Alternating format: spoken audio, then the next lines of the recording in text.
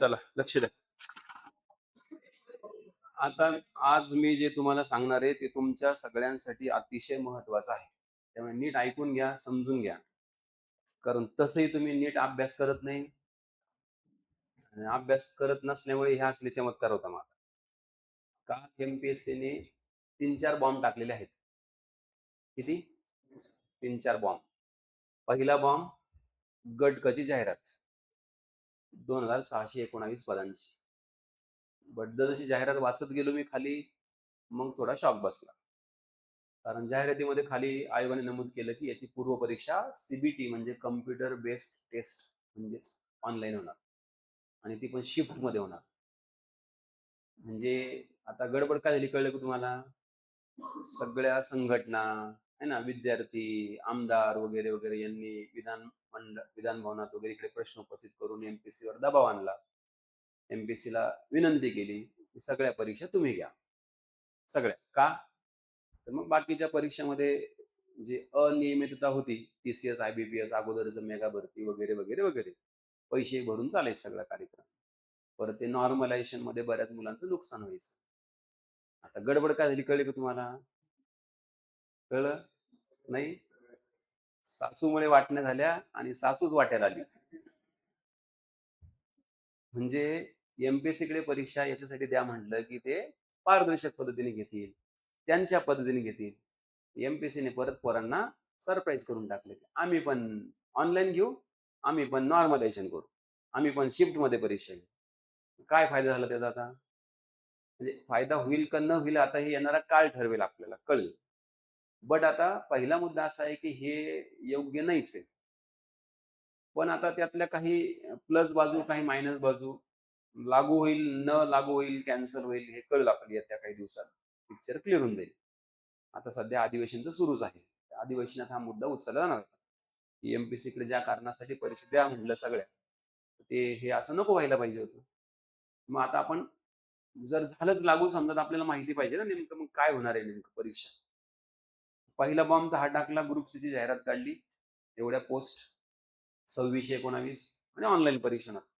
परत थोड्या वेळाने नोटिफिकेशन आलं, की फक्त हेच नाही, राज्यसेवा पण, गट ब पण आणि ही पण सगळ्याच परीक्षा ऑनलाईन होणार आणि हा निर्णय 2027 पासून लागू होणार. म्हणजे ही परीक्षा वाचली आता. आणि याच्यानंतर परत दुसरं नोटिफिकेशन आलं. तिसरं एक नोटिफिकेशन आलं राज्यसेवा करणाऱ्या विद्यार्थ्यांसाठी. नीट ऐका लक्षपूर्वक. राज्यसेवेचा जो सिलेबस 2 वर्षापूर्वीच म्हणजे मागच्याच वर्षी लागू झाला, त्याच्या अगोदरच्या वर्षी बनला होता. यूपीएससीचा सगळा एक्झाम पॅटर्न कॉपी केला होता. त्यातून आता ऑप्शनल सब्जेक्ट उडून टाकला. ऑप्शनलचा पेपर आता होणार नाही. मी नवीन बॅचला पण सांगितलं होतं राज्यसेवेचं सगळं एक्झाम सिस्टीम कशी असणार. त्यात 500 मार्काचं ऑप्शन सांगितलं ना, 2 पेपर ऑप्शनलचे. ऑप्शनल कॅन्सल झाले.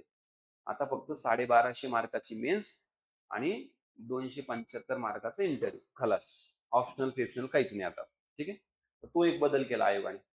सो तुमच्या आता ओव्हरऑल हे लक्षात घ्या की 2027 पासून आयोगाचं असं म्हणणं आहे की राज्यसेवा असो, पूर्वपरीक्षा, गट ब ची पूर्वपरीक्षा असो, नाही तर गट क ची पूर्वपरीक्षा असो, परीक्षा ऑनलाईन पद्धतीने घेण्यात येईल आणि शिफ्टमध्ये घेण्यात येईल. मॉर्निंग शिफ्ट, आफ्टरनून शिफ्ट आणि इव्हिनिंग शिफ्ट. प्रत्येक शिफ्टचे पेपर वेगवेगळे असतील. डिफिकल्टी लेवल पण वेगवेगळी असेल. ठीक आहे. दुसरं एक महत्त्वाचं नोटिफिकेशन त्यांनी टाकलं, तुम्हाला दाखवतो मी ते नोटिफिकेशन जेव्हा आपण डिस्कशन करूया. ठीक आहे. ह्या त्या जागा आहेत आताच्या सध्याच्या जाहिरातीमधल्या 2619 जागा ज्या आहेत त्यातले लिपिक टंकलेखक 1864 आहे. ऑलरेडी स्किल टेस्ट कॅन्सल झालेली आहे. त्यामुळे फक्त प्री आणि मेन्स द्यावी लागणार. ते पण शासनाच्या वेगवेगळ्या विभागामधल्या जागा आहेत त्या. कर सहाय्यक म्हणजे टॅक्स असिस्टंट कुठे? जीएसटी मध्ये 282 जागा आहे. सहाय्यक मोटार वाहन निरीक्षक याला मात्र इंजिनिअरिंग वालेच मुलं एलिजिबल होतात, सगळे नाही. ही पोस्ट कॉमन सगळ्या मुलांसाठी नसते, लक्षात ठेवा. याला फक्त इंजिनिअरिंग डिप्लोमा डिग्री चालतं. 461 जागा आहे म्हणजे आरटीओ इन्स्पेक्टर. उद्योग निरीक्षक इंडस्ट्रियल इन्स्पेक्टर याला पण स्पेसिफिक डिप्लोमा लागतो, कॉमन ग्रॅज्युएशन चालत नाही. 9 जागा आहे.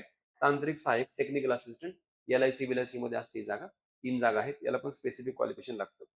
अर्ज तुमचे उद्यापासून सुरू होत आहे 27 जून पासून, तर 17 जुलै शेवटचा दिनांक आहे अर्ज करण्याचा ऑनलाईन. आणि परीक्षा ऑनलाईन असल्यामुळे आता हे बदल होईल, याच्यात येईल चेंज. ऑनलाईन असल्यामुळे 27 सप्टेंबर पासून परीक्षा सुरू होईल. कारण मग ते वेगवेगळ्या शिफ्टमध्ये होणार परीक्षा आणि अनेक दिवस चालणार परीक्षा. त्यामुळे तसं पासून दिले, पण हे चेंज होईल नक्की. आता बघूयात. जर नाही झालं तर मग आपल्याला तेच कन्सिडर करावं लागेल. 27 सप्टेंबर म्हणजे आजपासून आपल्याकडे 90 दिवस आहे. ही परीक्षा जर 27 तारखेला झाली, याच पद्धतीने झाली तर. जर एकच परीक्षा जर झाली, मात्र मग परीक्षेचा दिनांक येईल लक्षात. या रविवारी परीक्षा आहे. संपूर्ण महाराष्ट्रामध्ये एका दिवशी होईल. पण ते बघूयात काय होतं. हे बघा, हे प्रसिद्धी पत्रक आयोगाने रात्री काढलं लेट नाईट. काल 2-3 प्रसिद्धी पत्रक आले लक्षात ठेवा. याच्यामध्ये असं दिलंय की आता महाराष्ट्र नागरी सेवा राजपत्रित गट ब संयुक्त पूर्व परीक्षा, गट ब अराजपत्रित पूर्व परीक्षा, गट क पूर्व परीक्षा वर्षातून 2 किंवा अधिक वेळा घेण्याबाबत संदर्भ काय याचा किंवा विषय काय याचा, की आता आयोगाचं म्हणणं असं आहे की आम्ही काय करू, राज्यसेवा वर्षातून 1 पेक्षा जास्त वेळ घेऊ. गट ब पण वर्षातून 1 पेक्षा जास्त वेळ घेऊन गट क पण एकापेक्षा जास्त वेळेस घेऊ. आता कशासाठी घ्यायचं हे? तर समजा एकतर आपण बघतो मागणी पत्र लवकर येत नाही. परीक्षा वेळेत होत नाही. पूर्व झाली तर मुख्य लवकर होत नाही. मुख्य झाली त्याचा निकाल लवकर लागत नाही. आणि बऱ्याच मुलांच्या संधी हुकतात मग. आणि मग ते इतका वेळ तयारी करायला, इतका एवढा पैसा खर्च करायला परवडत नाही मुलांना मग. म्हणून आयोगाने त्याच्यावर असं सोल्युशन काढले की आता एकदा जाहिरात आली. समजा आता आपण असं गृहीत धरू 2619 पदांची जाहिरात आहे. असं गृहीत धरा थोड्यासाठी गट क ची हां. आता हे लागू पुढच्या वर्षीपासून होणार. ह्या वर्षीच्या आता ह्या जाहिरातीला होणार नाही. असं तरी त्या नोटिफिकेशन वरून वाटतंय. बघू, आणखी क्लिअर नाही काहीच पिक्चर. ठीक आहे. कारण त्यात आयोगाने हे नाही उल्लेख केला ना, की आत्ताच्या जाहिरातीमधलं लागू होणार नाही म्हणून. असं काही नाही केलं. पुढच्या याच्यापासून लागू होईल नवीन जाहिरातीपासून असं म्हणलंय. सो आयोगाचं असं म्हणणं आहे 26-19 पर्यंत जाहिरात आली. 27 सप्टेंबरपासून 8 दिवस एक्झाम झाली. त्यातून रिझल्ट लावायचा. जेवढे काही मुलं परीक्षेत 2,00,000 3,00,000 मग परत काय करायचं? परत फॉर्म भरायचे मुलांचे. ज्यांचा पहिल्या याच्यामध्ये प्रीमध्ये रिझल्ट नाही येणार. त्यांनी पुन्हा फॉर्म भरायचा. त्यांनी पण आणि नवीननी पण भरायचा. ज्यांनी अगोदर नाही भरला त्यांनी. त्यांनी पुन्हा प्रिलिम द्यायची. त्यांची पुन्हा प्रिलिम होणार ह्याच पद्धतीने. त्यांचा पुन्हा निकाल लागणार. मग पहिल्या परीक्षेत पास झालेले कट ऑफ नुसार, दुसऱ्या परीक्षेत पास झालेले कट ऑफ नुसार. त्यांच्या सगळ्यांची एकत्रितपणे एकदाच मेन्स परीक्षा घेता येईल. म्हणजे तुम्हाला एका परीक्षेची संधी 2 वेळा भेटेल. कळलंय का? आयोगाचं म्हणणं आहे 2 किंवा अधिक वेळा आम्ही घेऊ परीक्षा. म्हणजे राज्यसेवेचे पण आम्ही प्री 2 घेऊ. त्यातून जेवढे मुलं सिलेक्ट होतील त्यांना आपण मेन्स द्यायला लावू. ग्रुप बीचे पण 2 प्री घेऊ. त्यातले मुलं जेवढे सिलेक्ट होतील त्यांना मेन्स द्यायला लावू. ग्रुप सीचे पण 2 प्री घेऊ. त्यातून जेवढे सिलेक्ट होईल त्यांना मेन्स द्यायला लावू. याचा उद्देश काय कळलं का तुम्हाला? जास्तीत जास्त मुलांना संधी मिळावी. समजलं का? पण जागा पण तर तेवढ्या पाहिजे ना. तो पण एक मुद्दा आहे. बट त्याच्यावर आता नंतर बोलू आता. आता सध्या जे बदल झालेत ना तेवढे आपण समजून घेऊ फक्त. पहिला मुद्दा क्लिअर झाला तुम्हाला? कुठला? परीक्षा ऑनलाईन होणार आणि एका वर्षी ज्या जाहिराती येतील त्याच्या 2 प्री होतील. 2 पूर्वपरीक्षा होतील. कमीत कमी हां. जास्तीत जास्त 3 देखील होऊ शकतात. आणि त्या सगळ्या पदांसाठीची मुख्य परीक्षा मात्र एकच राहील. राज्यसेवेची एकच मुख्य परीक्षा, गट ब ची पण एकच मुख्य परीक्षा आणि गट क ची सुद्धा एकच मुख्य परीक्षा. प्रिलिम 2 पूर्वपरीक्षा. पण दुसरी प्रिलिम कुणाला? जे अगोदरची प्रिलिम क्वालिफाय झाले नाहीत त्यांना. म्हणजे उमेदवारांना दुसरी संधी मिळणार एकाच वर्षी. एकाच वर्षात तो 2दा परीक्षा देऊ शकतो. क्लिअर का? आणि हा पॅटर्न आणखी काही राज्यांमध्ये आहे लक्षात ठेवा. इकडे दिलंय का त्यांनी ते? आणखी एक आहे बघा नोटिफिकेशन तिकडे दिलंय. हा पॅटर्न काही राज्यांमध्ये आहे लक्षात ठेवा. कुठला? एकापेक्षा जास्त प्रिलिम देण्याचा. फक्त ऑनलाईन आहे का नाही ते बघावं लागेल. हे एक नोटिफिकेशन आहे परीक्षांच्या बाबतीत आणि हे एक आहे. हे फक्त राज्यसेवा मुख्य ते पण केव्हापासून? 2027 पासून. 2027 ची राज्यसेवा मेन्स असेल म्हणजे आता पुढची जाहिरात जी येईल ती 26 ची म्हणजे ह्या वर्षी जाहिरात येईल ती पुढच्या वर्षी मेन्स होईल किंवा 27 ला जी जाहिरात येईल त्याची जी मेन्स असेल त्या मेन्स मध्ये आता मुख्य परीक्षेचा पॅटर्न बदललेला आहे. मुख्य परीक्षा आता 1250 मार्कांची 275 मार्कांचा इंटरव्ह्यू म्हणजे 1525 मार्कापैकीच निकाल लागणार. त्याच्यातले किती मार्क गायब झाले? यातला वैकल्पिक विषय म्हणजे ऑप्शनल सब्जेक्ट गायब झालाय. किती मार्काचा? 500 मार्कांचा. त्यामुळे तो पेपर काही होणार नाही. म्हणजे डायरेक्ट 9 मधून 2 पेपर गेले मुख्य परीक्षेचे. किती पेपर राहिले? फक्त 7च. 7 पेपर द्यायचे. इंटरव्ह्यूला क्वालिफाय झाले की इंटरव्ह्यू द्यायचा. झालं तुमचं सिलेक्शन. तुमचं पुढचं ट्रेनिंग बिनिंग काय असेल ते प्रोग्राम लागू होईल. समजलं? हा एक बदल झाला. अगोदर हे मार्क होते, आता हे झाले. हा एक बदल आहे. 2027 पासून लागू होतो असं म्हणणं आहे. आता सगळ्यात महत्वाचं, जर समजा नॉर्मलायझेशन झालंच आणि आयोगाने काही ऐकलंच नाही समजा. मग आपल्याला माहिती पाहिजे ना काय असतं नेमकं, आहे ना? ऐकलं तर खूपच छान, स्वागत आहे. जर आयोगाने नॉर्मल आहे तशीच परीक्षा घेतली आताची आणि त्यानुसार जर निकाल लावला, कट ऑफ लावला तर ते खूपच छान. सगळ्यांसाठी चांगलं आहे ते. बट जर समजा ऐकलंच नाही तर मग नॉर्मलायझेशन काय असतं माहिती पाहिजे ना तुम्हाला. नॉर्मलायझेशन हे केव्हा केलं जातं? नॉर्मलायझेशन म्हणजे सामान्यीकरण. नॉर्मलायझेशन म्हणजे काय? सामान्यीकरण. म्हणजे नेमकं काय? जेव्हा एखाद्या ठिकाणी एकाच गोष्टीसाठी 2 किंवा 2 पेक्षा जास्त वेळा परीक्षा घेतली जाईल शिफ्टमध्ये. म्हणजे एकाच पदासाठी विद्यार्थी निवडायचे आहेत, उमेदवार निवडायचे आहेत. पण मात्र त्यांना परीक्षा मात्र एकापेक्षा जास्त द्यायचे आहेत. म्हणजे एकापेक्षा जास्त म्हणजे कळलं ना तुम्हाला? एकच पेपर नाहीये, वेगवेगळे पेपर वेगळ्या विद्यार्थ्यांना द्यायचे. शिफ्टमध्ये पेपर द्यायचे आणि पद तर मात्र एकच आहे. परीक्षा तर एकाच पदासाठी होती. अशा वेळेस मग काय करायचं? त्यांचं नॉर्मलायझेशन करायचं. नॉर्मलायझेशन केव्हा असतं? वेगवेगळ्या शिफ्टमध्ये घेतलेल्या परीक्षांमध्ये प्रश्नपत्रिकेची डिफिकल्टी लेव्हल वेगवेगळी असू शकते. होतं ना असं बऱ्याचदा. समजा एका साइड समजा तुमचा असं गृहीत धरा, की कंबाईन ग्रुप बीचा आता पेपर 27 सप्टेंबरला होणार असं गृहीत धरा थोड्यासाठी. कंबाईन ग्रुप बीचा पेपर आता 27 सप्टेंबरला होणार असं गृहीत धरा थोड्यासाठी. मग 27 सप्टेंबरला तुम्ही परीक्षा दिली. परत आयोगाने काय केलं 28 सप्टेंबरला पण पेपर ठेवला. अर्ध्या पोरांना सांगितलं इथे परीक्षा द्या, अर्ध्या पोरांना सांगितलं इथे परीक्षा द्या. थोड्या वेळासाठी इमॅजिन करा म्हणजे तुम्हाला नॉर्मलायझेशन काय ते कळेल. 28 सप्टेंबरला ज्यांनी परीक्षा दिली, 27 सप्टेंबरला सॉरी अर्ध्या पोरांनी दिली परीक्षा. 4,00,000 पोरांनी फॉर्म भरला होता. आयोगाने म्हटलं 2,00,000 पोरांनी 27 सप्टेंबरचा पेपर ते आले पेपर देऊन. बाकीचे 2,00,000 पोरांनी 28 सप्टेंबर पेपर दिला. 28 वाले काय म्हणले, आमचा पेपर सोपा होता. 27 वाले काय म्हणले, आमचा पेपर खूप अवघड होता. कळलं का? म्हणजे काय होईल कळलं तुम्हाला? एकाच परीक्षेसाठी, एकाच पदासाठी 2 परीक्षा घेतल्या.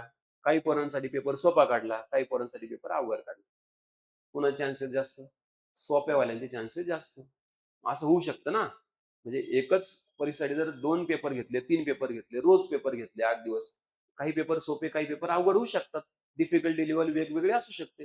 तुम्हीच बघा ना, ह्या वर्षीची गट ब मागच्या वर्षीची गट ब. डिफिकल्टी लेव्हल वेगवेगळी होती ना. ह्या वर्षीचं गट ब जरा डिफिकल्ट होतं, मागच्या जरा सोपं होतं. असं म्हणतो ना आपण. असं होऊ शकतं ना शिफ्टमध्ये जर एक्झाम घेतल्या तर. मग असं जर झालं, तर कुणावरही अन्याय होऊ नये त्यासाठी केलं जातं नॉर्मलायझेशन. समजलं का? पण याच्यामध्ये मात्र काही जणांचा फायदा पण आहे आणि काही जणांचा तोटा पण आहे. मग असं जर डिस्टर्ब असेल तर करावंच कशाला असं माझं म्हणणं आहे. एकच परीक्षा बस झाली. बट आता समजून घेऊ काय नेमकं आहे. ठीक आहे. नॉर्मलायझेशन म्हणजे नेमकं काय? सो कधी करायचं नॉर्मलायझेशन कळलं तुम्हाला? मल्टिपल शिफ्टमध्ये एक्झाम घेतल्या तर. मग कसं करतात नॉर्मलायझेशन ते आता समजून घ्या थोडक्यात तुम्ही. ठीक आहे? एक उदाहरण गरज का पडते याची. समजा शिफ्ट 1 मध्ये काही विद्यार्थ्यांनी पेपर दिला, त्यांचा पेपर खूप टफ होता. कळलं? टफ होता खूप. त्या सगळ्या विद्यार्थ्यांपैकी एका विद्यार्थ्याचे रॉ मार्क, कच्चे मार्क आले 80. त्याला 80 मार्क पडले. टफ होता पेपर आणि शिफ्ट 2 मध्ये त्या विद्यार्थ्याने त्याच परीक्षेचा पेपर दिला, तो ईझी आला. त्याचे मार्क आले 85. म्हणजे एकाला कमी आले, एकाला जास्त आले. शिफ्ट वाईज पेपर वेगळा निघाला म्हणे. ठीक आहे. सो मग आता यांची तुलना करणं शक्य ना? शक्य नाही ना? एकाचा सोपा आणि एकाचा अवघड. म्हणजे कदाचित याला जर पेपर सोपा आला, त्याने 90 मार्क घेतले असते. याला जर अवघड आला असतं, तर कदाचित 85 ते 60 झाले असते. काही पण होऊ शकलं असतं. मग असं वेगवेगळ्या शिफ्टमधल्या विद्यार्थ्यांना वेगवेगळे मार्क पडू शकतात. पेपर सोपा अवघड असल्यामुळे त्यांचे मार्क कमी जास्त होऊ शकतात. मग त्यांची तुलना करणं शक्य नाही. म्हणजे याच्यातून किती घ्यायचे आणि याच्यातून किती घ्यायचे असं नाही करता ना. आपल्याला यांचे मार्क समान करावे लागतील पहिले. यांची मार्क ॲव्हरेजला आणावे लागतील पहिले. म्हणून हे तंत्रज्ञान वापरलं जातं. कुठलं? नॉर्मलायझेशन लक्षात ठेवा. त्याला ॲडजस्टेड मार्क म्हणायचं. काय म्हणायचं? ॲडजस्टेड मार्क म्हणायचं. सुधारणा केलेले मार्क. ॲक्चुअल मार्क नाही. मग आता आपल्याला समजून घ्यायचंय कसं नेमकं ॲडजस्ट करतात. नॉर्मलाइज्ड मार्क येतात कसे नेमके? त्यासाठी आपण एक उदाहरण बघूया आता. ठीक आहे. नॉर्मलायझेशनमध्ये युजुअली ह्या 4 गोष्टी पाहिल्या जातात. कुठल्या? प्रत्येक शिफ्टमधला ॲव्हरेज स्कोर पाहिला जातो. म्हणजे एका शिफ्टमध्ये समजा 10 विद्यार्थ्यांनी परीक्षा दिली. 10 विद्यार्थ्यांची मार्क टोटल मार्क भागिले 10 तो झाला ॲव्हरेज स्कोर. म्हणजे 10 विद्यार्थ्यांनी परीक्षा दिली समजा 10 जणांना समजा 80-80 मार्क आले 100 पैकी. कळलं? म्हणजे किती 800. 800 भागिले 10 ॲव्हरेज किती आलं? 80च. समजलं का? Like that. सारखे येणार नाही मार्क, वेगवेगळे येणार एका शिफ्टमध्ये. सगळ्यांची बेरीज करायची, सरासरी काढायची. प्लस डिस्ट्रिब्युशन पाहायचं. कुठून कुठपर्यंत. म्हणजे मिनिमम आणि मॅक्सिमम. प्लस डिफिकल्टी लेवल पण पाहिजे. पेपर हार्ड होता की सोपा होता. प्लस स्टँडर्ड डेव्हिएशन पण काढायचं. हे खूप महत्वाचं आहे. काय काढायचं? Standard deviation. फायनल स्कोर याच्याशिवाय बनत नाही. म्हणजे नॉर्मलायझेशन नंतर स्कोर जर काढायचा आपल्याला तर त्यासाठी स्टँडर्ड डेव्हिएशन खूप महत्वाचं असतं. ते काढावं लागतं. आपल्याला नाही काढायचं ते. ते कोण काढेल? आयोग काढेल ते. फक्त मग आपल्याला कळलं पाहिजे ना, अरे आपले मार्क तर 65 होते, 70 कसं काय झाले? अरे आपले मार्क तर 85 होते, 80 कसं काय झाले? हे समजायला पाहिजे ना आपल्याला. म्हणजे तुम्ही एक्झाम दिली ना, तुम्हाला कळलं ना तुम्हाला 85 मार्क आले. नॉर्मलायझेशन स्कोर किती? 80च. तुम्ही एक्झाम दिली 65 मार्क आले. नॉर्मलायझेशन स्कोर 70 आले. 70 कसं झाले आपले मार्क? हे समजायला पाहिजे ना आपल्याला. त्यासाठी हे सगळ्या गोष्टी आपल्याला समजून घ्यायला थोडक्यात. ठीक आहे. सो याच्यामध्ये हो काय होऊ शकतं एकदम सोप्या भाषेमध्ये, म्हणजे याचा निष्कर्ष काय निघतो, कठीण पेपर जर असेल, ज्यांना पेपर टफ गेला एखाद्या शिफ्टमध्ये, त्यांच्या गुणामध्ये वाढ होऊ शकते. एखाद्या शिफ्ट मधल्या पोरांना जर पेपर सोपा गेला तर त्यांचे गुण कमी सुद्धा होऊ शकतात. समजलं का? एखाद्याचे मार्क वाढू शकतात, एखाद्याचे मार्क कमी पण होऊ शकतात. त्यामुळे मग कभी खुशी कभी गम सारखं आहे आता हे. कुणाचा फायदा कुणाचा तोटा होऊ शकतात आहे. ठीक आहे. म्हणजे थोडक्यात विद्यार्थ्यामध्ये परत नाराजी, भांडणं वगैरे काय काय होतील माहिती नाही, सांगता येत नाही. ठीक आहे. मग याचा परिणाम एमपीएससीच्या रिझल्टवर काय होऊ शकतो नॉर्मलायझेशनचा? त्याच्यामुळे कट ऑफ बदलू शकतो, रँक पण बदलू शकते नाही का? मला असं वाटतं तर मला 90 मार्क पडले, मीच टॉपर आहे आता. नॉर्मलायझेशन माझा स्कोर झाला 80. कळलं का? एकाचा अगोदर स्कोर होता 85, नॉर्मलायझेशनमुळे त्याचा स्कोर झाला 71, 81. तो झाला टॉपर आता. असं पण होऊ शकतं, लक्षात ठेवा. ठीक आहे. काही उमेदवारांचे गुण वाढू शकतात, काहींचे कमी होऊ शकतात. फायनल मेरिट लिस्ट ही नॉर्मलाइज्ड मार्कशीटवरच आधारित असणार, लक्षात ठेवा. फायनल वाली लिस्ट. ठीक आहे. सो ही जी पद्धत आहे, ही पद्धत आता लागू झालीच समजा. मग आपण त्यामध्ये काय होऊ शकतं नेमकं किंवा स्कोर कसा काढला ते समजून घेऊ. ठीक आहे. नॉर्मलायझेशन स्टेप बाय स्टेप समजून घ्या. आता सगळ्यात पहिले काय, आता हे नीट समजून घ्या. 2 स्लाइड. त्याच्यात आपल्याला एक एक्झाम्पल पण घ्यायचं आणि ते सोडवायचं पण आहे, कॅल्क्युलेशन पण करायचं आहे. प्रत्येक शिफ्ट मधल्या सगळ्या उमेदवारांची मार्क, प्रत्येक शिफ्ट मधल्या प्रत्येक शिफ्टची सरासरी, आणि मग त्याच्या आधारे काय काढायचं, स्टँडर्ड डेव्हिएशन काढायचं. ते कसं काढायचं तुम्हाला मी सांगतो. सर्व शिफ्टची ओव्हरऑल मीन, सगळ्या शिफ्टची, आणि त्याचं परत सगळ्यांचं ओव्हरऑल स्टँडर्ड डेव्हिएशन पण. हे शिफ्ट वाईज, आणि हे कशाचं, हे ऑल, सगळ्या जेवढ्या शिफ्ट असतील आणि सगळे जेवढे विद्यार्थी असतील त्यांचं सगळ्यांचं. मग नंतर फॉर्म्युला वापरायचा आणि मग नॉर्मलाइज स्कोर म्हणजे ऍडजस्टेड मार्क काढायचे. ते कसे काढायचं सांगतो मी तुम्हाला. त्याच्या आधारे मग तयार केली जाते फायनल मेरिट लिस्ट. समजलं? आता एक उदाहरण घेऊ आपण, एक्झाम्पल. म्हणजे हे सगळं जे मी तुम्हाला सांगितलं याच्यापेक्षा ते एक्झाम्पलवर तुम्हाला पटकन समजेल की नेमकं काय होणार आहे. आता बघा, तुमच्या समोर आता 3 शिफ्टचे 5-5 विद्यार्थ्यांचे मार्क आहेत. आता नीट ऐका लक्षपूर्वक सगळ्यांनी. आता हे समजून घ्या. हे समजलं की तुम्हाला कळेल नॉर्मलायझेशन काय असतं नेमकं. 3 शिफ्ट मध्ये एक्झाम झाली समजा एका दिवशी. शिफ्ट 1 थोडासा हार्ड होता पेपर. ठीक आहे. असं जनरल ओव्हरऑल विद्यार्थ्यांचं होतं निरीक्षण. शिफ्ट 2 मध्ये पेपर थोडासा मीडियम होता आणि शिफ्ट 3 मध्ये पेपर थोडासा सोपा होता. कळलं? सकाळ, दुपार आणि संध्याकाळ. अनेक विद्यार्थी परीक्षा दिले. आपण काय केले, प्रत्येक शिफ्ट मध्ये 5-5 विद्यार्थी घेतले. किती? 5-5 विद्यार्थी घेतले आपण प्रत्येक शिफ्ट मध्ये. किती किती? 5-5. मग पहिल्या शिफ्ट मधले 5 विद्यार्थी A B C D E हे त्यांचे मार्क्स आहेत, ऍक्च्युअल मार्क्स. 50, 55, 60, 65, 70. 5-5 ने वाढून घेतले आपण, आपल्याला समजायला सोपं जाऊ म्हणून. दुसऱ्या शिफ्ट मध्ये पेपर थोडासा मिडियम होता. त्याच्यातले 5 विद्यार्थी त्यांना मार्क पडले 60, 65, 70, 75, 80. हे ते पण 5-5 ने वाढवले आपण. ठीक आहे.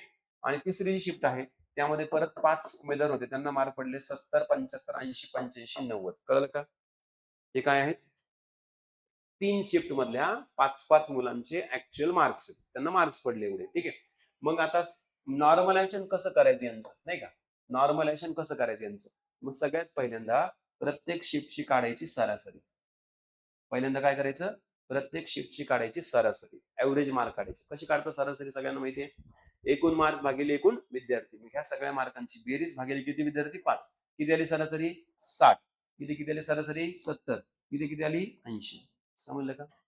सरासरी कशी काढली कळाली का? कशी? एकूण मार्क भागिले एकूण विद्यार्थी, सगळ्यांच्या मार्कांची बेरीज भागिले एकूण विद्यार्थी झाली सरासरी. आता दुसरा मुद्दा आहे एसडी. एसडी म्हणजे काय? स्टँडर्ड डेव्हिएशन कसं काढायचं. एसडी म्हणजे काय? Standard deviation. स्टँडर्ड डेव्हिएशन कसं काढतात, स्टँडर्ड डेव्हिएशन काढण्याची पद्धत काय. आता स्टँडर्ड डेव्हिएशन काढण्याची पद्धत मी तुम्हाला सांगतो, इकडे नीट ऐका लक्षपूर्वक. स्टँडर्ड डेव्हिएशन कसं काढतात. एका शिफ्टचं सांगतो म्हणजे तुम्हाला कळून जाईल पटकन. ठीक आहे. आता याच्यामध्ये 50, 55, 60, 65, 70 मार्क आहे आणि ऍव्हरेज किती झालं सांगा? 60.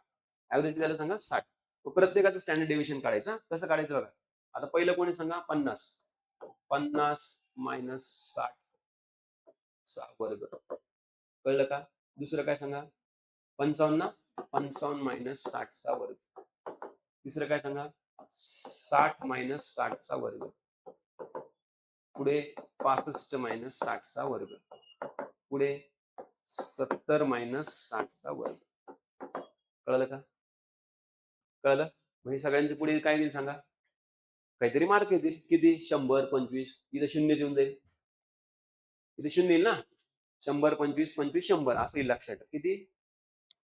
100, 25, सॉरी 100, इथे 25, इथे 25 आणि इथे 100.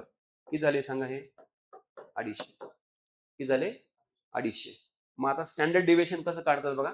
SD स्टँडर्ड डिव्हिएशन 250 भागिले 50 किती आले? √50 आले. मग याचं काढायचं आता स्क्वेअर रूट 50.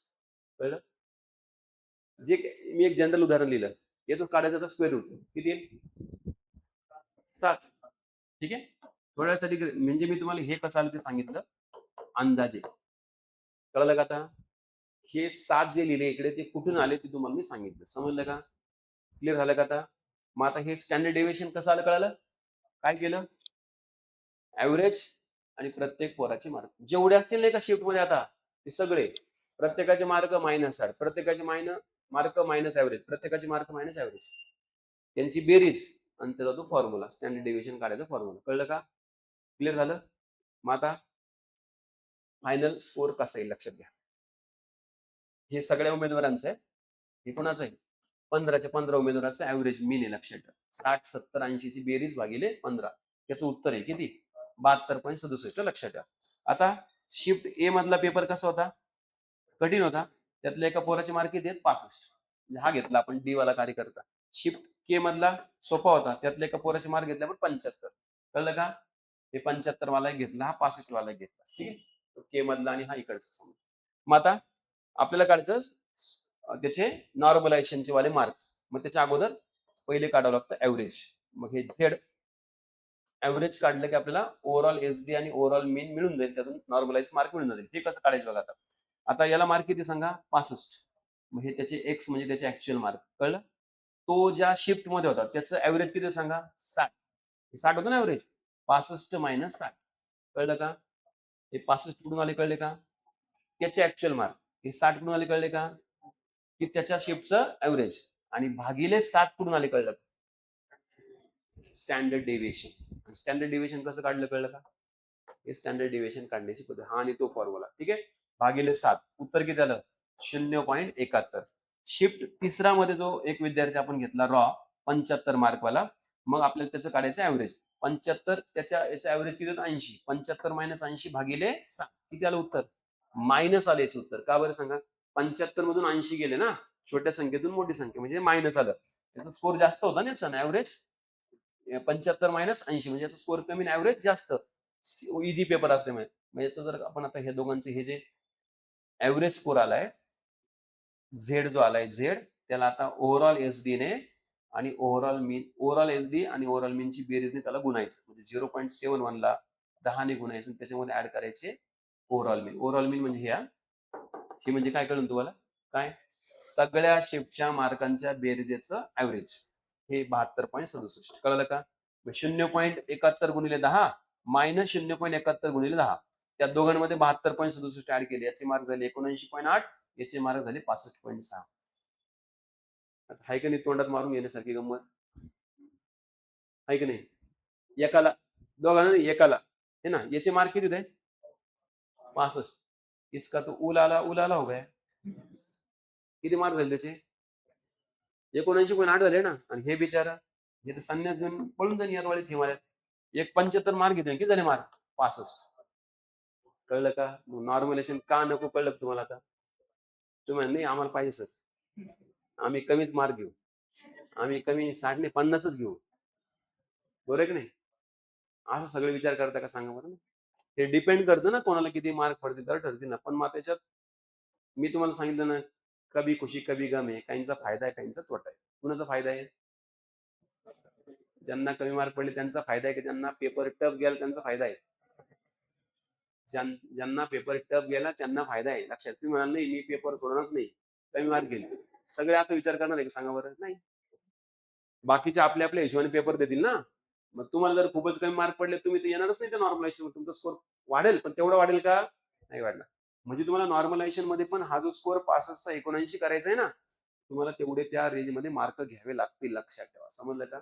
तर तुमचं वाढेल. आणि ज्यांना सोपा गेलाय त्याच्याच आसपास येतील. पण नुकसान काय होऊ शकतं कळलं तुम्हाला? जर कट ऑफ लागला 75 हे गेलं ना बिचार, त्याला 75च मार्क होते ना अगोदर, गेलं ना ते. मग असं नको व्हायला ऍटलिस्ट, म्हणून नॉर्मलायझेशनला विरोध. हा, याच्याऐवजी जर समजा म्हणजे आपण असं 76 कट ऑफ लावला समजा, गेला ना याचा, गेला म्हणजे वाईट पण वाटलं त्याला, अरे मला अगोदर 75 होते, ठीक आहे, 1 मार्काने गेला. पण जर कट ऑफ 74 लागला, तो म्हणणार आहे मला तर जास्त होते अगोदर मार्क. नॉर्मलायझेशनने घोळ केला माझा सगळा. है ना? हे जर मार्क पकडले असते तर मी क्वालिफाय झालो असतो कदाचित.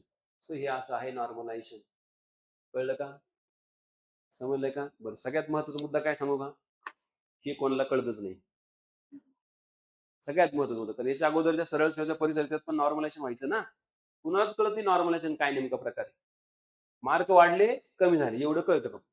मार्क वाढतात का बरं आणि कमी होतात का त्याचं कारण हे आहे लक्षात. म्हणजे तुमच्या सोबत जेवढे कार्यकर्ते आहेत, त्यांचे मार्क कसे आहेत, त्याच्यावर तुमचं दुःख का आनंद अवलंबून राहणार. समजलं का? म्हणजे सगळा नशिबाचा खेळ आहे. तुमच्या सोबतचे सगळे कार्यकर्ते जर खूप हुशार असतील, तुमच्या सगळ्यांचा बँड वाजणार आहे. तुमच्या सोबतचे कार्यकर्ते जर खूप ढ असतील आणि तुम्ही हुशार असणार, तुमचा बँड वाजणार आहे. समजलं का? बँड तर वाजणार म्हणजे वाजणार.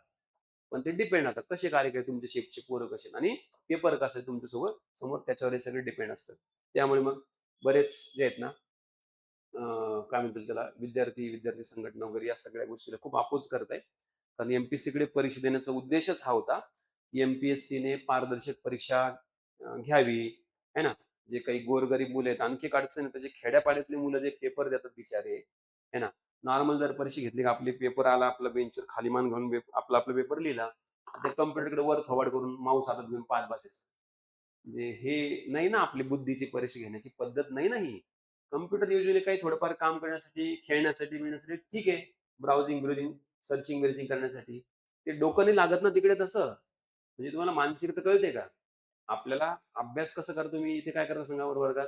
वही पुस्तक घेऊन बसा, खाली मान घालून अभ्यास करताना अभ्यासिकेत पण. म्हणजे तुम्हाला अभ्यासिकेत पण काय करावं लागेल आता? लॅपटॉप, कॉम्प्युटर घेऊन बसावं लागेल. त्याकडे माऊस नाही खेळावं लागेल. माऊसने अभ्यास करावा लागेल तुम्हाला. समजतंय का?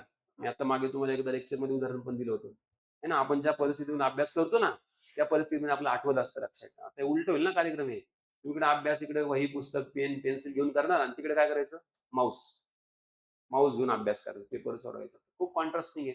विशेष करून जे मुलं एवढे टेक्नो सॅव्ही नाहीये, ज्यांना तंत्रज्ञान अजून पण नाहीये. अजून पण बऱ्याच मुलांना कळत नाही लॅपटॉप-बिपटॉप कसं हँडल करायचं वगैरे. काही कळत नाही एवढे. त्यांचं नुकसान आहे ना खूप सारं. बरं, त्यांचं नुकसान तर आहेच आहे. त्यांच्यावर कुणाचं नुकसान आहे सांगा? बाकीचे अभ्यास करणारे पण मुलांचं नुकसान आहे, कारण नॉर्मलायझेशन होतंय. इंडिव्हिज्युअल जर लावला स्कोर तर मग ठीक आहे. ज्यांचा अभ्यास आहे चांगला, त्यांचा फायदा होईल ना. पण आता इथे काय होणार आहे कार्यक्रम, गव्हाबरोबर किडे सुद्धा रगडले जाणार आहेत. म्हणजे जे नाहीच आहे त्याच्यामध्ये, त्यांचा तर लॉस आहेच, नाही का? बट जे चांगले आहेत ना याच्यामध्ये एक्सपर्ट, त्यांचा सुद्धा लॉस आहे. म्हणजे थोडक्यात ओव्हरऑल जर याचा आपण निष्कर्ष काढायला घेतला, तर फायदा कमी आणि नुकसान जास्त आहे लक्षात. फायदा कमी आणि नुकसान जास्त आहे. आतापर्यंतचे अनुभव बघता, कारण आतापर्यंत भरपूर सरळ सेवा परीक्षा टीसीएस आयबीपीएसने घेतल्या, सरळ सेवा परीक्षा, आणि त्यांनी पण त्याचा रिझल्ट नॉर्मलायझेशननेच लावला होता. तलाठी असो किंवा आणखी कुठल्या परीक्षा असो. त्याच्यामध्ये काय काय झाले हा इतिहास जे विद्यार्थी या क्षेत्रामध्ये आहे मागच्या 1-2 वर्षामध्ये त्यांना माहिती आहे काय झालं त्याचं. सगळे त्याच्या विरुद्ध नाराजच होते लक्षात ठेवा. विशेष करून अभ्यास करणारी मुलं. जे अभ्यास नाही करत, ज्यांची लॉटरी लागली होती ते कशा नाराज होते. ते खुश झाले बिचारे, त्यांचे मार्क वाढले नॉर्मलायझेशन. पण हे असं याच्या अगोदरचं झालेलं आहे, घडलेलं आहे. म्हणून ते सगळं पाहता एमपीएससीने असं नाही करायला पाहिजे होतं. असं आमच्या सगळ्यांचं पण चर्चा झाली काल, आणि ऑलमोस्ट महाराष्ट्रातले सगळे जेवढे क्लासेसवाले आहेत, जेवढे शिकवतात त्यांचं सगळ्यांचं पण हेच म्हणणं आहे, की हे व्हायला नको. त्यामुळे आता त्याच्यावर काय एमपीएससी निर्णय घेते ते बघूयात, त्यानंतर ठरवूयात. बट कुठलाही बदल आला तर आपण त्यासाठी तयार असायला पाहिजे. आता सध्या आपल्यासमोर टार्गेट आहे ग्रुप सी. गट क ची पूर्व परीक्षेची जाहिरात आलेली आहे. त्याचे फॉर्म भरणं उद्यापासून सुरू होत आहेत. फॉर्म भरायला सुरुवात करा. 3 महिने तुमच्याकडे वेळ आहे. जे एलिजिबल आहेत, ज्यांचा अभ्यास झाला त्यांनी फॉर्म भरा. जे एलिजिबल आहेत परंतु अभ्यास नाही झाला, त्यांनी अनुभव घ्यायचा असेल तर फॉर्म भरा. फक्त एक्झामचा अनुभव घ्यायचा असेल तर. ते पण ग्रॅज्युएशन कंप्लीट असेल तर, अदरवाईज नाही. बाकीचे मग इतर कोणी काही फॉर्म भरू नका. जे अंडर ग्रॅज्युएट आहेत, आणखी सुरुवात केली, त्यांनी आपला आपला अभ्यास करत राहा. आता आणखी एक अडचण होत, हे जर झालं समजा सीबीटी, पेपर पण भेटणार नाही आपल्याला आता. म्हणजे परत पुढच्या परीक्षेला काय परीक्षा राहील आणि काय पेपर राहील काहीच नाही. म्हणजे सगळं अंधारातच कार्यक्रम राहील. त्यामुळे ओव्हरऑल मी तुम्हाला सांगितलं ना, जर समजा आपण याला 10 पैकी याला जर जज करायचं झालं, की नॉर्मलायझेशनचे फायदे किती आणि तोटे किती, तर जवळपास 70% विचार केला तर लॉसच आहे. 30% थोडाफार फायदा आहे. 30% फायदा काही कामाचा नाही ना. जास्त विद्यार्थ्यांच्या हिताचा निर्णय घ्यायला पाहिजे. तिथे जास्तीत जास्त विद्यार्थ्यांचा फायदा होईल. पेपरच मिळणार नाही तुम्हाला आता. कुठे काय नेमके कुठले प्रश्न ठीक आहे. मे बी आयोग दिल नंतर वेबसाईटवर वगैरे ते मग आपल्याला प्रिंट मिळेल. पण आपण स्वतः पेपर जो सोडवतो तोच आपण स्वतः घरी येऊन पाहून त्याला जर पुन्हा अॅनलाईज केलं तर आपल्याला फायदा होतो ना जास्त. ते पण राहणार नाही काही. बरं. तेच तर ते आता कसं राहतं, आता कसं आहे सिस्टम, एकच पेपर आहे त्याचंच तुम्ही अॅनालिसिस करून पुढची एक्झाम देता. आता होईल काय? 6 शिफ्ट झाल्या. 6 शिफ्टचे 6 पेपर अॅनलाईज करावे लागेल तुम्हाला. किती गोंधळ होईल? म्हणजे तुमचा अभ्यासाचा आवाका आणखी वाढेल आणि आणखी गोंधळ होईल तुम्हाला. मग इकडे काय विचारलं, तिकडे काय विचारलं, तिकडे काय विचारलं, तिकडे काय विचारलं, काय काय करावं ते पण कळणार नाही. म्हणून मी तुम्हाला बोललो, की 10 पैकी 70-80% याच्यात विद्यार्थ्यांचं नुकसानच आहे. 20% 10-20% फक्त फायदा आहे.